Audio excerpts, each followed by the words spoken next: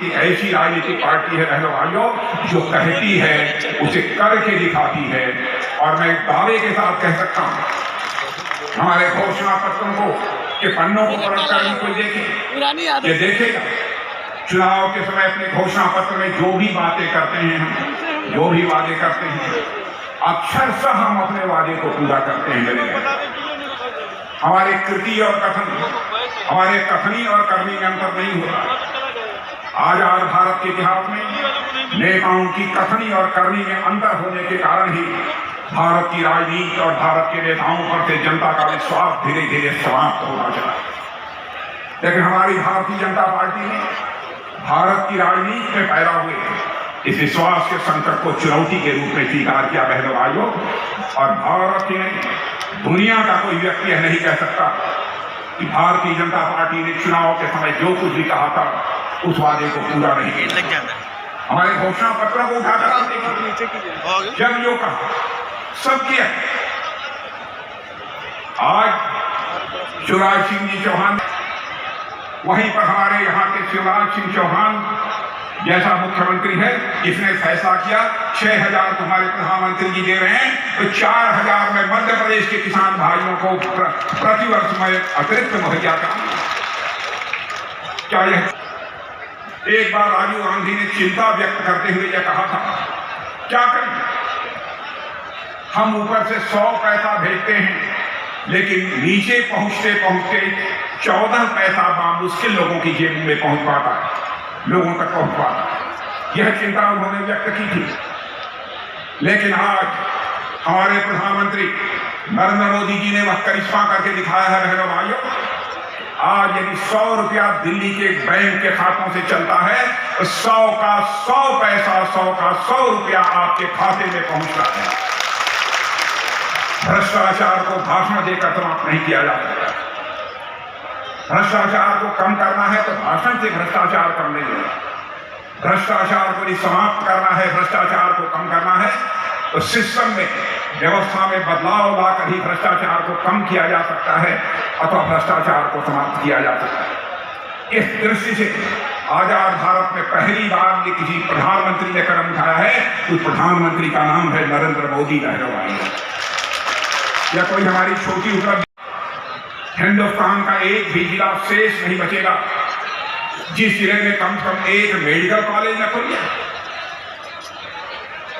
हर राज्य में जितने एम्स थे, हर राज्यों में बड़ी संख्या में नए नए एम्स खुलते जा रहे हैं।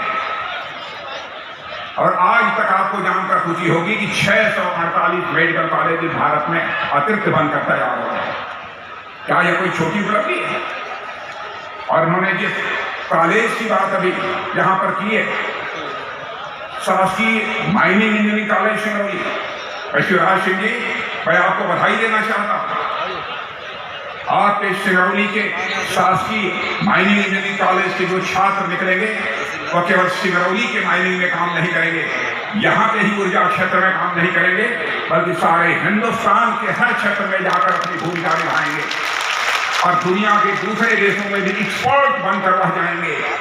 और वहां के लोगों को भी अन्य प्रकार की तकनीकी सहायता भी वो मुहैया कराएंगे। यह काम शिवराज सिंह जी आपने कोई छोटा काम नहीं किया है, बड़ा काम आपने किया और इसके लिए मैं सचमुच आपको मैं बधाई देना चाहता हूँ। मेडिकल कॉलेज भी सिंगरौली में खोलने छोटी बातें नहीं है बहनों। और मैं खदान आवंटन की प्रक्रिया को हमारी सरकार ने पारदर्शी बनाया। बहन भाइयों, पहले खदान को लेकर भ्रष्टाचार होता था कि नहीं होता था? होता था कि नहीं होता? लेकिन अब कोई माँ का लाल खदान के आवंटन के मामले में भ्रष्टाचार करने की हिम्मत नहीं कर सकता है। बहनों भाइयों, ऐसी सरकार बनी है। जहां तक सड़कों के निर्माण का प्रश्न है, पहले बार मुश्किल इस देश में प्रतिदिन 3 किलोमीटर, 4 किलोमीटर, 6 किलोमीटर, और जब से हम लोगों की सरकार मोदी जी के नेतृत्व में बनी है बहनों भाइयों, हिंदुस्तान में प्रतिदिन 37 किलोमीटर सड़कों का निर्माण हो रहा है। यह करिश्मा यदि कोई सरकार कर सकती है तो भारतीय जनता पार्टी की ही सरकार कर सकती है। कई ऐसी योजनाएं, मोबाइल का जहां तक सवाल है, जापान जिसमें आगे माना जाता था, दुनिया के 3 देशों में आकर खड़ा हो गया है जहां पर कि सबसे अधिक कार का निर्माण हो रहा है। स्टील बनाने के मामले में भी हमारा यह भारत दुनिया के दूसरे नंबर पर आकर खड़ा हो गया है। और डिफेंस मिनिस्ट्री, रक्षा मंत्रालय का जहां तक सवाल है, मेरे बहनों भाइयों, पहले हमको हथियार, गोले, बारूद, मिसाइल, बंदूक, यह सब यदि हमको मंगाने होते थे, पैटर्न टैंक, हम दुनिया के दूसरे देशों से हम आयात करते, उसे मंगाते थे। लेकिन अब हम लोगों ने फैसला किया कि अब दुनिया के दूसरे देशों से यह सब सामान आयात नहीं करेंगे, बल्कि सारे यह रक्षा से जुड़े हुए हथियार, मिसाइल, बम, गोले, एमिनिशन भारत की धरती पर बनेंगे और भारतवासियों के हाथों से बनेंगे और सारी दुनिया के लिए भी बनेंगे। रक्षा के मामले में भी हम भारत को आत्मनिर्भर बनाना चाहते हैं। यह कोई छोटी उपलब्धि नहीं है, यह सब सारे बड़े बड़े काम हमारी सरकार ने किए हैं, बहनों भाइयों, हमारे प्रधानमंत्री ने किए हैं। और जिस समय 2014 में हम लोगों की सरकार बनती थी तो हमारा भारत दुनिया के जो 10 देश थे उन 10 देशों में अर्थव्यवस्था यानी जिसे कहते हैं धन दौलत के मामले में दुनिया के 10 देशों में था, 10वें नंबर पर था धन दौलत के मामले में दुनिया में। लेकिन आज आपको जानकर खुशी हो गई, इस 8 वर्षों के अंदर ही वह करिश्मा यह भारत के अंदर हो गया। आज हमारा देश दुनिया के 10वें नंबर पर नहीं है बल्कि दुनिया के देशों के 5वें नंबर पर पहुंच गया है। बहनों भाइयों, यह है हमारा, और मैं विश्वास के साथ कहना चाहता हूं, और यह मैं ही नहीं कह रहा हूं बल्कि दुनिया के अर्थशास्त्री भी कह रहे हैं, 2027 समाप्त होते होते यह भारत धन दौलत के मामले में यानी अर्थव्यवस्था के आकार के मामले में दुनिया के 3 देशों में आकर खड़ा हो जाएगा, यानी अमेरिका, चीन और उसके बाद यदि कोई देश होगा तो भारत होगा। बहनों भाइयों, भारत होगा। और मैं दावे के साथ कह सकता हूं, जितना मुझे अर्थशास्त्र के बारे में जानकारी है, ऐसे ही यदि भारत आगे बढ़ता रहा तो 2047 आके आते धन दौलत के मामले में यानी दुनिया का सबसे धनवान देश यदि कोई गिना जाएगा तो हमारा और आपका देश यह भारत गिना जाएगा। मेरे भाई, अभी हमारे शिवराज सिंह जी से चर्चा कर रहे थे रूस और यूक्रेन के बीच जो युद्ध चल रहा है। बहनों भाइयों, हमारे यूक्रेन में जो भारत के 22,000 से अधिक बच्चे फंसे हुए थे, उनके माता पिता, उनके जान के ऊपर संकट आ सकती है। भारत सरकार को, प्रधानमंत्री मोदी जी को जल्दी से उन्हें बाहर लाना चाहिए। आसान काम नहीं है। दुनिया के कई देशों के बच्चे यूक्रेन में पढ़ रहे थे। रूस भी कोई कमजोर देश नहीं है। रूस के साथ यूक्रेन की लड़ाई चल रही थी। दुनिया का कोई भी प्रधानमंत्री, राष्ट्रपति जिस काम को नहीं कर पाया, उस काम को यदि किसी ने किया तो हमारे प्रधानमंत्री नरेंद्र मोदी जी ने किया है। आप ये कहेंगे कि मोदी जी ने कौन सा करिश्मा कर दिया? उन्होंने रूस के राष्ट्रपति मिस्टर पुतिन से भी बात की और यूक्रेन के राष्ट्रपति जेलेंस्की से भी बात की और अमेरिका के राष्ट्रपति बाइडेन से भी बात की। तीनों से बात किया और दुनिया का कोई नेता नहीं कर सकता था। बात किया और थोड़ी देर के लिए युद्ध रोक दिया गया और हमारे भारत तक वापस आए। यह है दुनिया में भारत की हैसियत बढ़ी। दुनिया की नजरों में हमारा भारत यह कमजोर भारत नहीं रहा। दुनिया की नजरों में मेरे बहनों भाइयों, हमारा भारत अब यह ताकतवर भारत बन गया है। ऐसा नहीं है कि जो चाहे भारत को आंख दिखाकर निकल जाए। पार्टी को बदनाम करें, हमें कोई आपत्ति नहीं है, लेकिन हमारे भारत के सेना के जवानों के शौर्य और पराक्रम पर भी वह सवाल या निशान लगाने की जरूरत करते हैं। भाई सुरक्षा करता है, अपनी जिंदगी जोखिम में डालता है।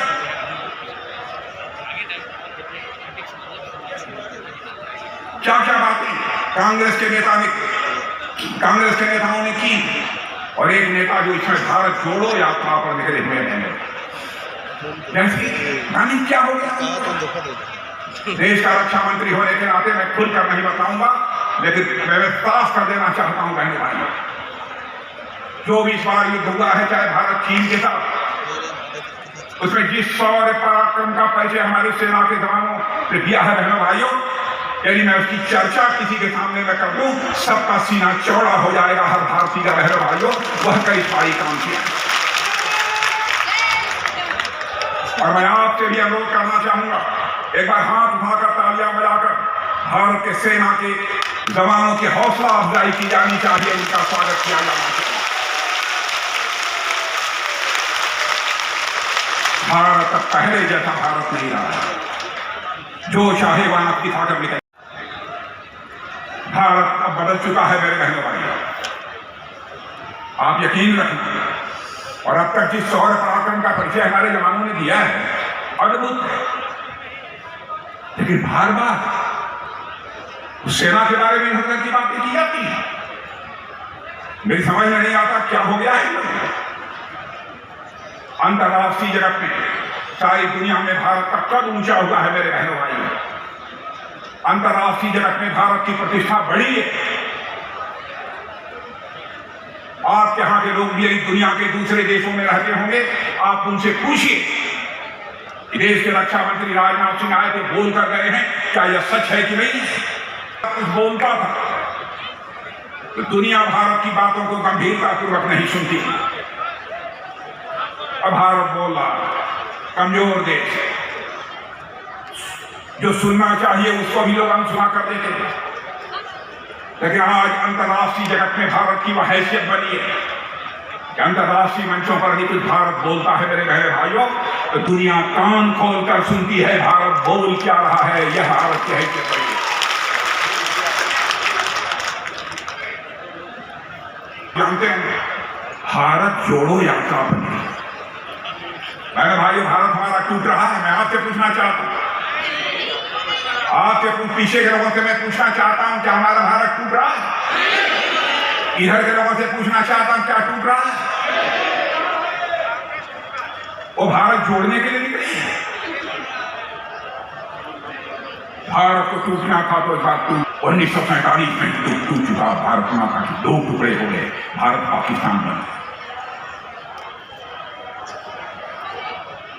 भाइयों, उस समय भी हमारे जो नेता थे उनके दिल की यह हसरत थी, उनकी भी हालत थी, भारत टूटना नहीं चाहिए।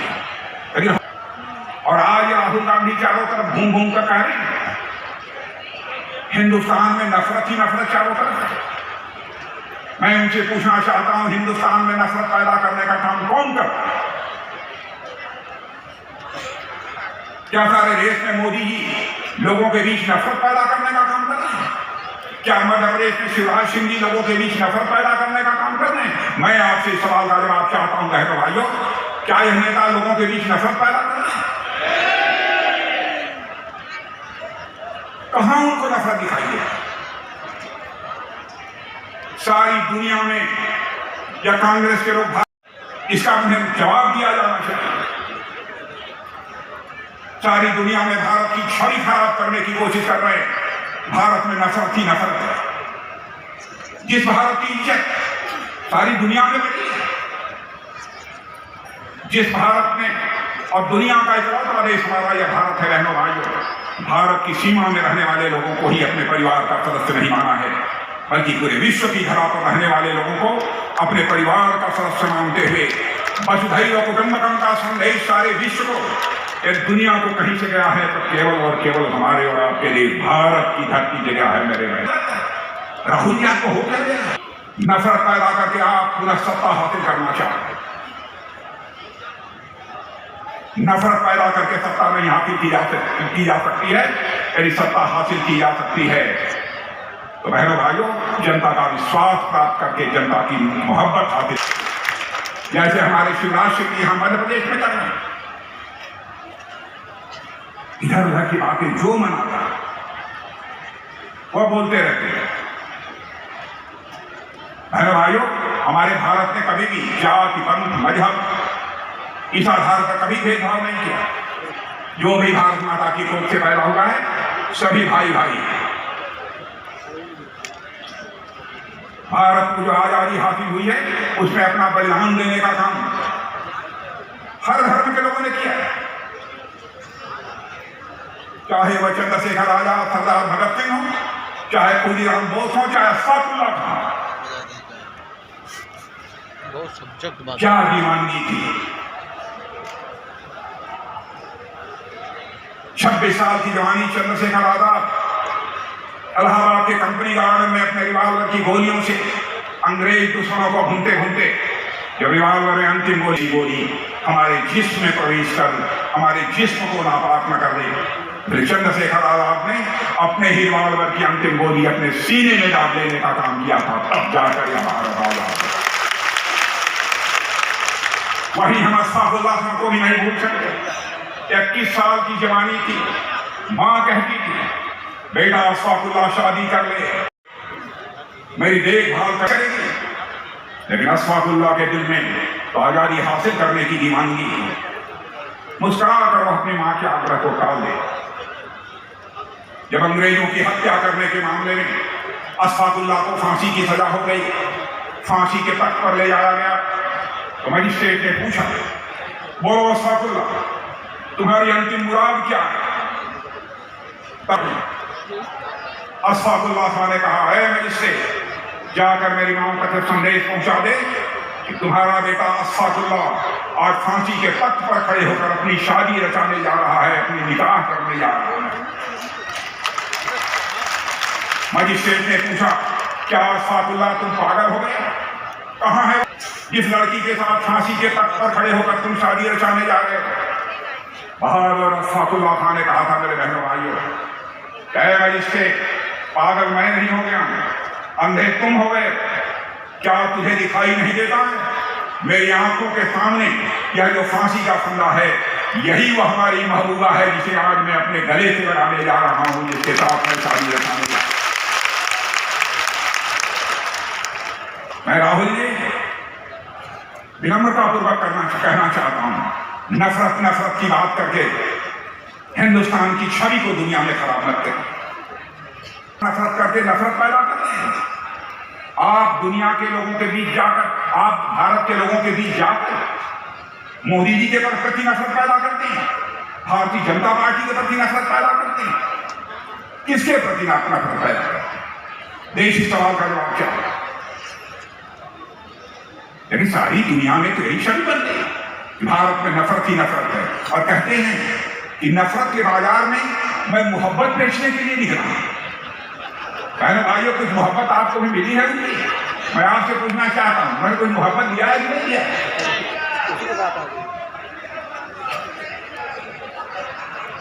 बताइए। अब मोहब्बत के बारे में वो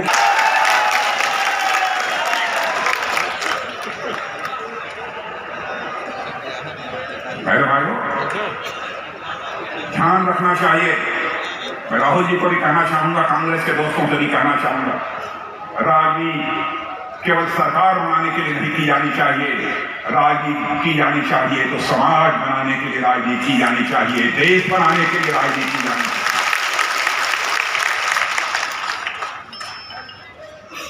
भारत की प्रतिष्ठा, भारत के आन बान शान के साथ राहुल गांधी की खिलवाड़ मत करो।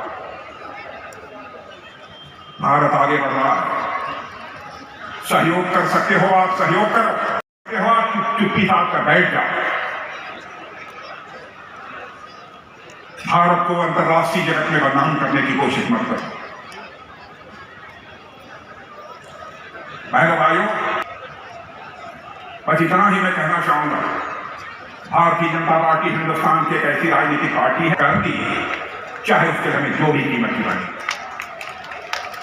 और आपको विश्वास दिलाता हूं कि भारत की राजनीति में विश्वसनीयता का संकट, क्राइसिस ऑफ क्रेडिबिलिटी हम लोग किसी भी सूरत में नहीं पैदा होंगे। और देश का रक्षा मंत्री होने के नाते भी मैं कहना चाहता हूं, आप स्वस्थ रहिएगा।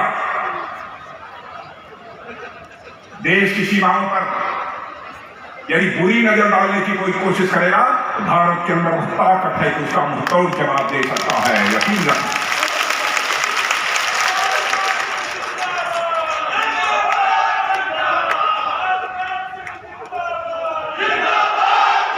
बहुत सारी ऐसी बातें हैं जो कि खुलकर की ही नहीं जा सकती। सचमुच मुझे अपने सेना के जवानों पर बहुत ही फक्र है मेरे बहनों भाई।